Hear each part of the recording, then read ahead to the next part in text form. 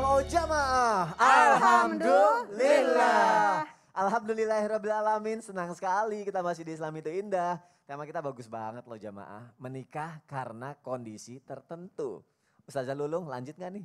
Insya Allah. Lanjut ya. Ikan hiu, ikan cucut. Artinya? Lanjut. Masya Allah. Pertanyaannya tadi belum sempat terjawab nih jamaah yang ada di rumah nih. Kalau misalnya nauzubillahi min zalik ya. Seorang wanita ternyata hamil di luar nikah. Dan keluarganya mau menikahkan dia tapi menikahnya bukan sama laki-laki yang berbuat itu sebelumnya. Keburu malu gitu ya? Iya, biar gak malu. Itu diperbolehkan apa enggak dalam Islam Ustazah Lulung? Duh, mohon izin ya. Silakan Ustazah. Ustadz Syam, Masya Allah. Pemirsa yang dirahmati oleh Allah, kita berdoa semoga kita dijauhkan dari hal demikian.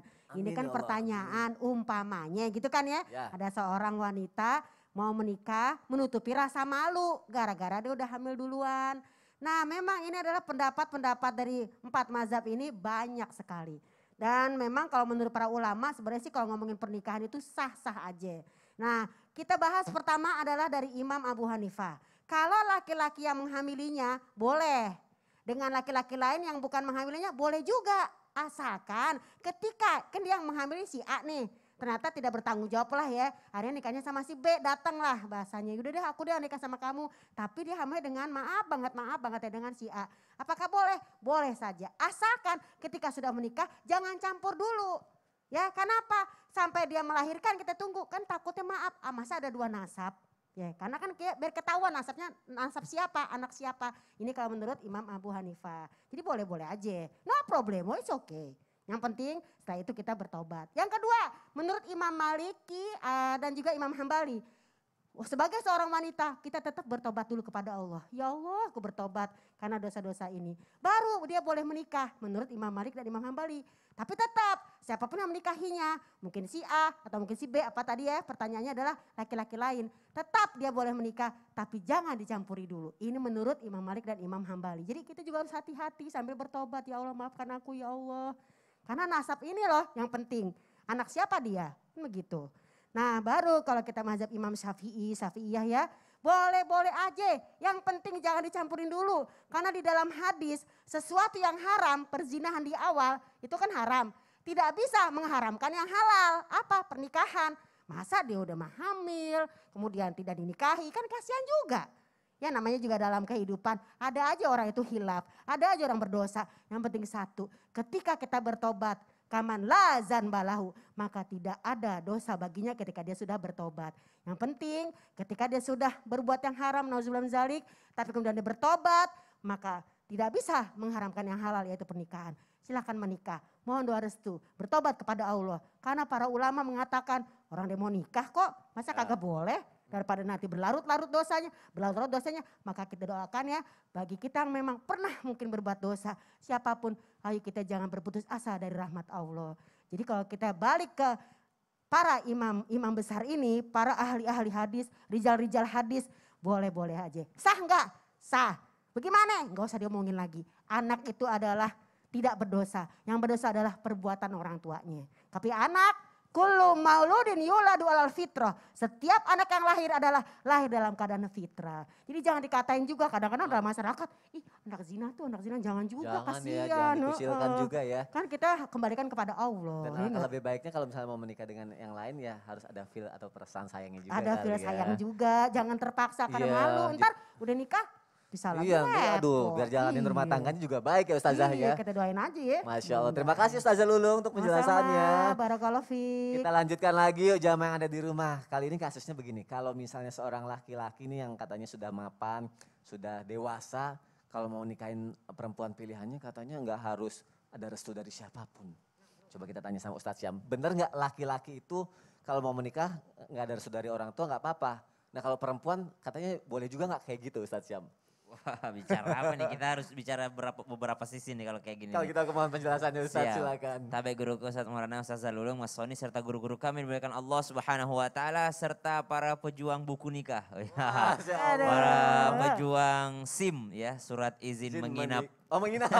Oke.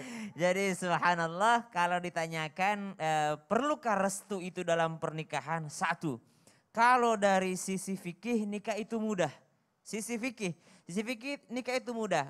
Sang laki-laki nggak dapat persetujuan daripada kedua orang tuanya, boleh aja dia bawa dirinya sendiri. Boleh saja. Kalau udah direstui sama orang tua perempuan, orang tua sang mempelai wanita, maka sah-sah saja pernikahannya. Menurut madhab Syafi'i, karena hanya beberapa saja syaratnya, adanya ijab qabul, kemudian adanya 2 saksi, kemudian adanya wali, adanya mempelai pria, adanya mempelai wanita, cuma 5 ini. Yang namanya daripada laki-laki dia cuma datang mempelai laki-laki saja gitu. Maka subhanallah sah nikahnya sah. Tapi ternyata kita tidak boleh hanya melihat sisi fikihnya saja. Kalau dari segi perempuan, apakah perempuan boleh menikah tanpa restu? Ternyata tidak boleh. Apalagi tidak direstui oleh ayahnya. Karena ayahnya lah sebagai walinya. Kalau wanita ini tidak dinikahkan oleh ayahnya sementara ayahnya masih ada, maka itu subhanallah tidak boleh karena dia adalah walinya. Mungkin ada pendapat lain nanti mengatakan boleh saja pakai wali hakim. Ya memang boleh pakai wali hakim tapi ada alasan-alasan tertentu. Mungkin si wanita jauh tempatnya dan segala macam. Ini boleh pakai wali hakim. Secara fikih mah gampang gitu nikah itu. Nikah itu insya Allah dimudahkan oleh Allah Subhanahu wa taala. Tapi ternyata bukan hanya kita melihat segi fikih tapi dari sisi akhlak. Bagaimana mungkin seorang laki-laki yang dibesarkan oleh ibundanya, yang dididik oleh ayahnya, dibesarkan oleh ayahnya, lalu menikah sembunyi-sembunyi tanpa sepengetahuan kedua orang tuanya, tanpa meminta persetujuan daripada kedua orang tuanya, tanpa meminta pertimbangan daripada ayah dan ibunya, yang ketika dia lahir sampai dia dewasa, sampai dia sekolah, sampai dia kuliah, ternyata bersama dengan kedua orang tuanya. Di mana akhlaknya? Subhanallah, indah gak sih pernikahan setelah kita menikah cuma cari halalnya doang, lalu ternyata istri kita dibenci oleh orang tua kita. Bagaimana menyatukan ibu kita adalah wanita yang kita pertama kali cintai. Lalu kita menikah dengan pasangan kita. Ternyata pasangan kita tidak disukai oleh ibu kita. Naudzubillahi min dzalik. Ini adalah perkara tidak tenang hidup kita bro. Tidak tenang setiap hari kita bingung mau belain siapa. Ibu kita orang yang melahirkan kita, surga kita sama dia. Istri kita adalah orang yang kita sayangi juga. Dia adalah perempuan yang baik juga. Namun keduanya saling bertentangan. Maka perasaan capek hati ini tiap hari gitu ya berantem. Maka kalau ditanyakan boleh nggak pakai restu dari segi fikih? Boleh-boleh saja. Namun ternyata dari sisi akhlak ini sangat tidak berakhlak. Makanya penting untuk kita mendapatkan restu daripada keempat orang tua. Baik daripada orang tua mempelai laki-laki ataupun mempelai perempuan. Dan subhanallah, ketika sudah disampaikan oleh Rasulullah SAW bagi orang tua perempuan, jikalau datang kepadamu seorang laki-laki yang engkau ridhoi agamanya, engkau ridhoi akhlaknya, pribadinya, maka segeralah nikahkan anak perempuanmu. Karena kalau tidak dinikahkan dihalang-halangi, maka akan terjadi kerusakan yang sangat besar. Ini juga peringatan untuk para orang tua yang terlalu memilah-milih sampai membawa urusan pribadinya. Jadi teringat kata-kata Ustadz Syam tempo hari deh. Apa itu? Jangan cuma memikat pasangan dengan tampang sama kekayaan, Yes. tapi ikat dengan akhlakmu itu. Wih, Masya Allah. Kalau udah punya akhlak kan pasti akan baik-baik semuanya ya Ustaz ya. Benar, subhanallah. Terima kasih Ustaz Syam untuk penjelasannya. Kita lanjutkan lagi jamaah yang ada di rumah. Viral lagi nih video pilu wanita gelar akad nikah di depan jenazah ibunya. Begini cerita lengkap di baliknya. Silakan.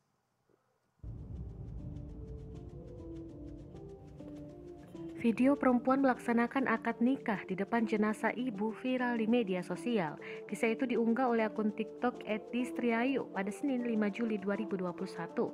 Pengunggah mengaku kejadian yang dialami itu seperti mimpi. Kisah itu dialami oleh Dester Ayu Retriansyah, 24 tahun asal Palembang, Sumatera Selatan. Ibunya meninggal pada Rabu 30 Juni 2021 setelah mengidap penyakit jantung sejak Januari 2021. Sempat dirawat di rumah sakit Jakarta, jenazah ibu Dester kemudian dibawa ke Palembang. Setelah jenazah tiba di rumah, ia akhirnya melangsungkan akad nikah di depan jenazah ibunya pada Kamis 1 Juli 2021. Selain itu, sang ibu juga sempat meminta agar pernikahannya dipercepat. Dester mengaku sangat sedih harus akad nikah setelah kehilangan ibunya. Tangisnya tak terbendung saat pasangannya selesai mengucapkan ijab kabul di depan jenazah ibunya.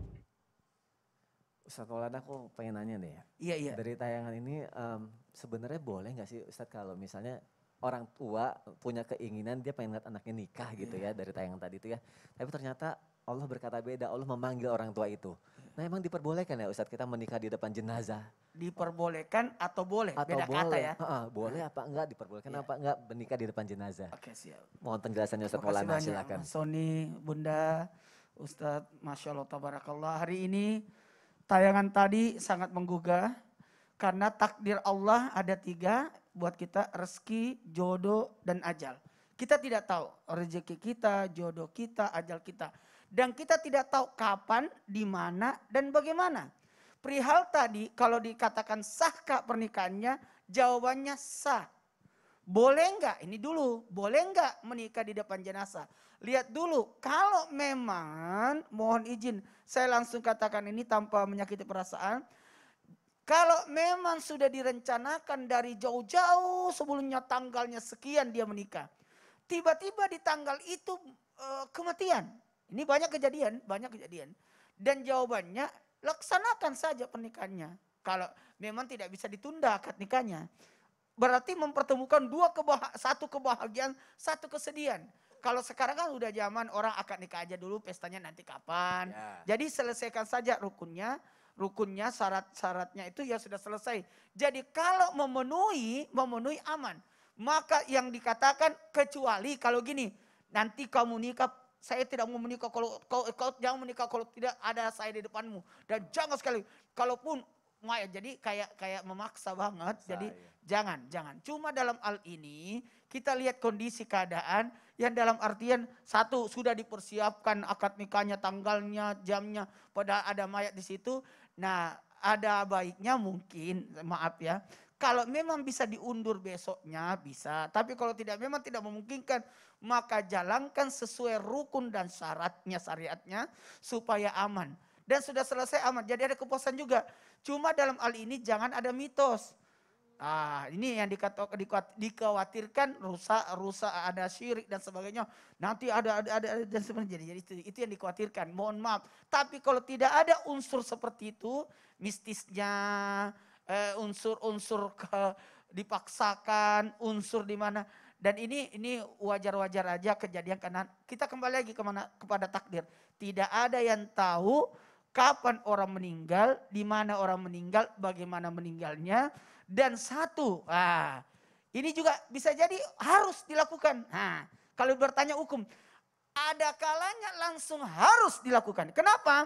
Karena ternyata orang tuanya berwasiat. Kalau jadi wasiat kita lihat hukumnya. Wasiat orang tua harus dijalankan. Nanti kalau kau menikah harus di hadapanku. Saya lagi sakit ini. Kalau perlu kau di rumah sakit akad nikahnya. Supaya saya juga saksikan. Itu jadi wasiat. Dan ternyata dia meninggal. Dan ini wasiatnya. Pingin sekali orang tuaku kodong hadir pada saat pernikahannya. Dan tepat di hari itu juga meninggal. Dan mohon maaf saya harus katakan di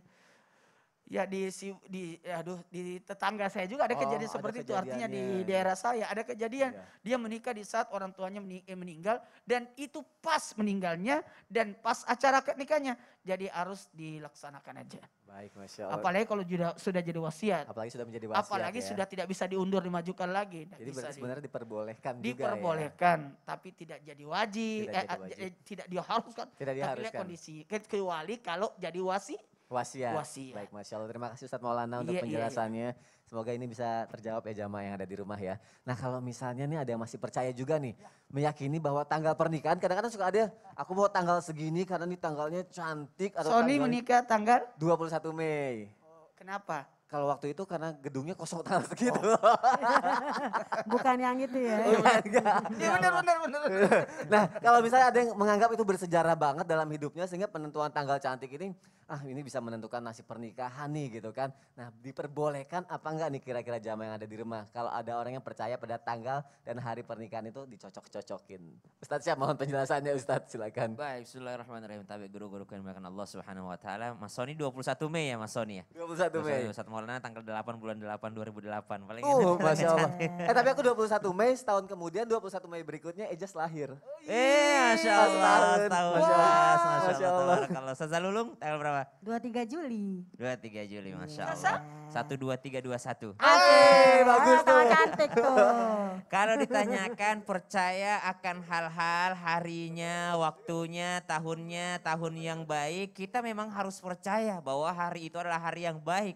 Bagaimana mungkin kita tidak mengatakan itu adalah hari baik, sedangkan hari itu kita melaksanakan yang namanya mitsaqan ghalidha, janji yang agung, janji yang besar, ikatan yang sangat kuat, bukan hanya janji sehidup semati dengan pasangan, tapi janji kepada Allah Subhanahu wa taala sebagai seorang pemimpin yang akan memimpin rumah tangganya. Berarti hari pernikahan itu hari baik dan hari apapun itu. Namun subhanallah ulama-ulama kita memberikan hari-hari baik. Maksudnya hari-hari baik gimana? Ada mencocokkan, misalnya dalam Islam itu ada hari yang terbaik. Hari yang terbaik itu apa? Hari yang namanya hari Jumat. Kenapa hari Jumat? Karena Sayyidul Ayyam. Ini adalah pemimpinnya para hari. Hari yang paling baik dalam sepekan adalah hari Jumat. Kemudian kalau ditanyakan, oh ternyata saya nggak sempat Ustaz hari Jumat karena di negara kita ternyata hari liburnya itu hari Sabtu Ahad. Bisanya hari Ahad aja supaya keluarga bisa ngumpul semua. Maka kalau lebih baik kumpul semua, maka hari Minggu, hari Ahad atau hari Sabtu juga adalah hari yang baik. Yang tidak boleh adalah yang mempercayai bahwa menikah di hari tertentu akan membawa rezeki yang banyak, akan melanggengkan pernikahan, akan ini. Maka ini adalah sesuatu kepercayaan yang tidak boleh kita percayai. Namun kalau dibilang hari baik, tentu adalah hari baik. Contoh misalnya hari 10 Muharram. Oh 10 Muharram aja, kenapa 10 Muharram adalah hari baik? Hari baik tentunya. Kenapa? Dalam pengharapannya dia mengatakan karena Nabi Nuh diselamatkan di 10 Muharram, karena Nabi Musa diselamatkan di 10 Muharram, karena Nabi Adam diterima taubatnya di Muharram, maka saya juga pengen supaya keberkahan itu ada pada pernikahan saya. Maka boleh saja. Ada lagi yang memilih, Ustadz ternyata yang terbaik itu adalah bulan Ramadan, saya menikah di bulan Ramadan saja. Boleh juga. Karena apa? Karena ibadah dilipat gandakan pahalanya. Cuma kalau menikah di bulan Ramadan siap-siap nahan aja di siang hari karena dendanya luar biasa gitu ya. Makanya Ustaz sebelum Ramadan ya. Iya, kenapa? Ustaz sebelum Ramadan. Sebelum Ramadan itu aja masih deg-degan gitu. Ya Allah. Karena masih pengantin baru di bulan Ramadannya. Maka jangan percaya hari, jangan percaya pada tempatnya, jangan percaya pada kondisinya, namun ternyata semuanya adalah hari yang baik di mana hari kita melakukan ibadah atau janji suci terhadap pasangan kita di hadapan semua orang yang disaksikan oleh para malaikat dan Allah Subhanahu wa taala, termasuk yang memerintahkan yang namanya menjalankan pernikahan. Ada orang yang percaya dengan kepercayaannya, mungkin kamu lahir hari ini, pasanganmu lahirnya hari ini, kalian tidak cocok, maka ini adalah sesuatu yang termasuk daripada bagian-bagian daripada kesyirikan kecil karena menghalang-halangi pernikahan karena hari lahir yang berbeda. Atau misalnya ada yang masih percaya perbintangan gitu ya, kamu bintangnya Virgo, kamu bintangnya ini nggak cocok dengan bintang ini, maka subhanallah Jadul. ya jadul. Maka itu yang tidak boleh untuk kita laksanakan. Kenapa? Karena ada kepercayaan sehingga menghalang-halangi kebaikan. Kalau menyegerakan kebaikan itu baik. Menyegerakannya gimana? Oh kamu cocoklah sama ini, kamu cocoklah. Padahal setiap anaknya nanya sama orang tuanya bilang cocok terus. Supaya apa? Supaya pernikahannya cepat dilaksanakan. Karena saya begitu sama orang tua. Ya Allah, dicocokin terus gitu. Karena mungkin orang tua nganggap ini kalau anak-anak ini dihalang-halangi ditunda lagi lagi gitu. Jadi akhirnya dia bilang ya udah cocok ini bagus.